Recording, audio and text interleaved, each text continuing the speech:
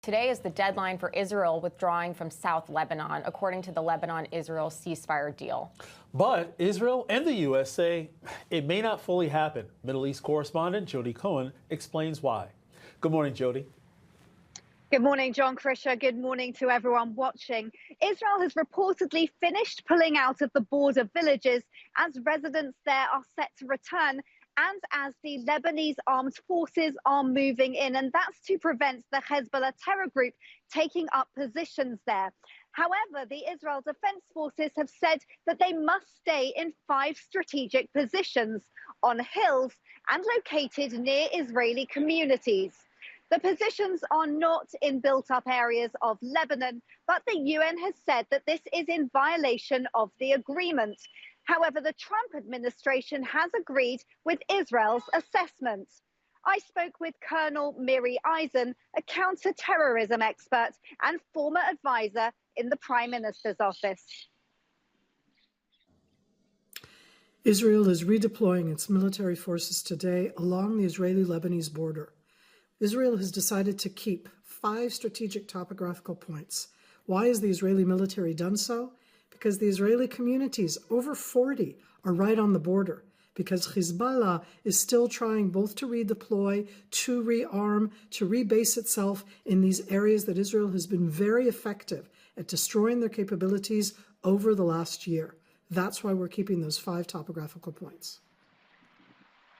The IDF says it has removed Hezbollah weapons and tunnels from the border area in recent months, that suspects will be prevented from approaching the 5 Israeli posts, and that Israel has boosted defenses on the Israeli side of the border. Now, that means an army post now next to every single community along the border, with 3 times the number of soldiers in the north compared to before the war. And if the ceasefire holds, evacuated Israeli residents will be able to return home in March. But the potential for unrest is not over.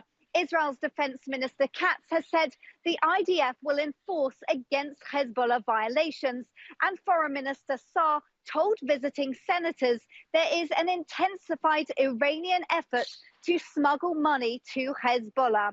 Israel and the US will be watching closely. Back to you in the studio.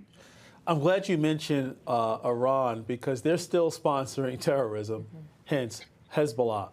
But you met with the delegation of senators led by Lindsey Graham, and he said that the threat from Iran should be the top priority. What more can you tell us about your interaction with Lindsey Graham and other senators?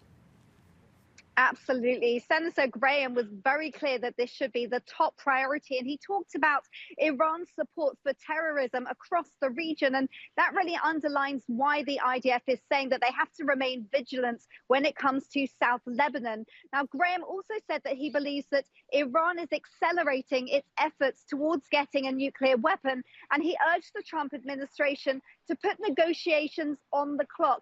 He said if that doesn't work, then the US must give Israel the capability to deliver a fatal blow to the Iranian nuclear program. He said that one Holocaust was enough, that the threat must be taken off the table, but that he trusts President Trump to make that happen.